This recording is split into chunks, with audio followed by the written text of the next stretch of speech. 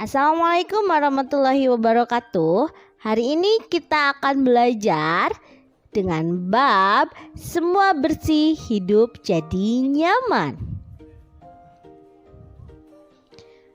Sub pembahasan kali ini pertama mempelajari dan memahami ketentuan-ketentuan toharoh, mempraktikkan tata cara toharoh, dan mempelajari dan memahami hikmah toharoh.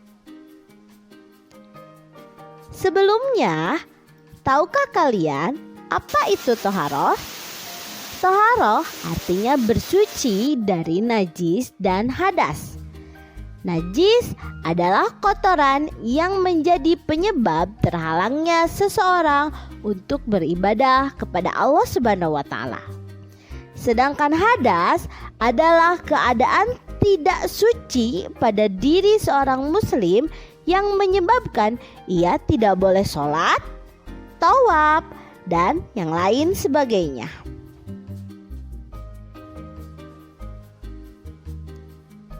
Jenis toharoh meliputi dua hal. Yang pertama, toharoh dari najis, dan yang kedua, toharoh dari hadas.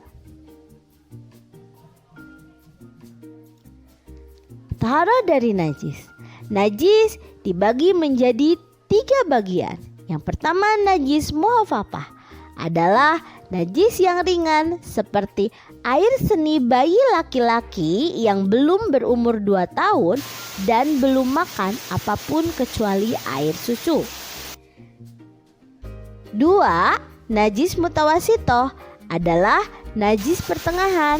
Contoh najis jenis ini adalah darah, nanah, tinja, bangkai binatang, dan sebagainya. Yang ketiga, najis yang berat, yaitu najis bersumber dari anjing dan babi atau keturunannya. Sedangkan hadas dibagi menjadi 2, hadas besar dan hadas kecil. Hadas besar, 1. Berhubungan suami istri atau bersetubuh, 2. Keluar mani, 3. Haid atau menstruasi, 4. Melahirkan, 5. Nipas, 6. Meninggal dunia.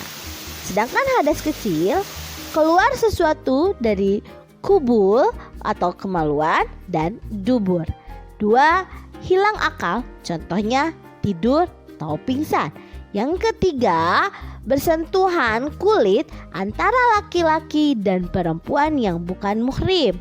Yang keempat, menyentuh kubul atau kemaluan dan dubur dengan telapak tangan. Darah haid yaitu darah yang keluar pada perempuan saat kondisi sehat. Sebagian perempuan mengalami haid saat mulai berusia 9 tahun. Masa haid minimal sehari semalam dan paling lama 15 hari. 2. Darah nipas, yaitu darah yang keluar sesudah melahirkan. Setelah kekosongan rahim dari kehamilan meskipun hanya sebuah gumpalan darah. Rata-rata perempuan mengeluarkan darah nipas selama 40 hari dan yang paling lama 60 hari. Yang ketiga, darah istihadoh, yaitu darah yang keluar tidak pada hari haid dan nipas karena sesuatu penyakit.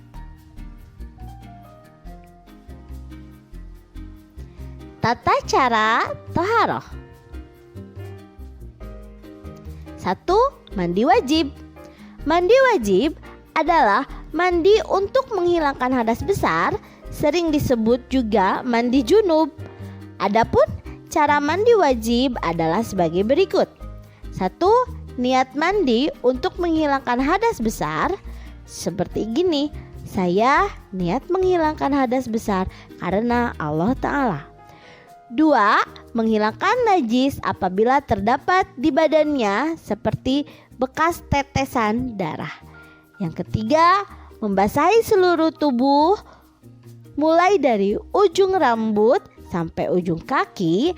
Dan pada saat mandi wajib kita juga disunatkan untuk membaca basmalah, mencuci kedua tangan sebelum dimasukkan ke dalam bejana, berwudu terlebih dahulu, mendahulukan yang kanan dari yang kiri dan menggosok tubuh dan sebagainya. 2. Wudu. Wudu adalah cara bersuci untuk menghilangkan hadas kecil. Adapun cara wudu adalah sebagai berikut. Pertama, niat dalam hati. Saya niat berwudu menghilangkan hadas kecil karena Allah Ta'ala. 2. Disunatkan mencuci kedua telapak tangan, berkumur dan membersihkan lubang hidung. 3. Membasuh muka. 4. Membasuh kedua tangan sampai sikut. 5. Mengusap kepala. 6. Disunatkan membasuh telinga. 7.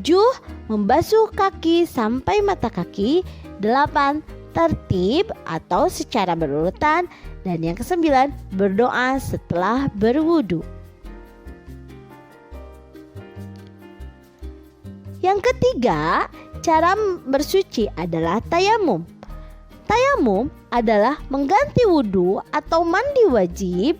Hal ini dilakukan sebagai rukhsah atau keringanan untuk orang yang tidak dapat memakai air karena beberapa halangan atau uzur. Cara ini boleh dilakukan jika 1. Tidak ada air dan telah berusaha untuk mencarinya. 2. Berhalangan menggunakan air, misalnya karena sakit. 3. Telah masuk waktunya sholat. Tata cara tayamum bagaimana? 1. Niat. Aku niat bertayamum untuk dapat mengerjakan sholat karena Allah Ta'ala. 2. Mengusap muka dengan tanah atau debu yang suci. 3. Mengusap tangan kanan hingga sikut dengan debu. Dan yang keempat, mengusap tangan kiri hingga siku dengan debu.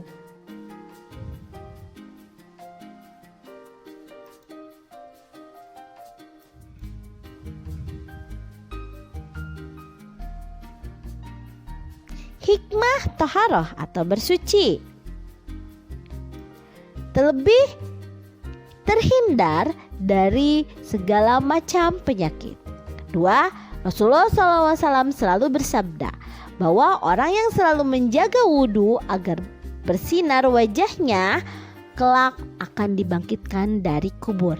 3. Dapat dijadikan sarana untuk lebih mendekatkan diri kepada Allah Subhanahu wa Ta'ala. 4. Kebersihan pangkal kesehatan. 5.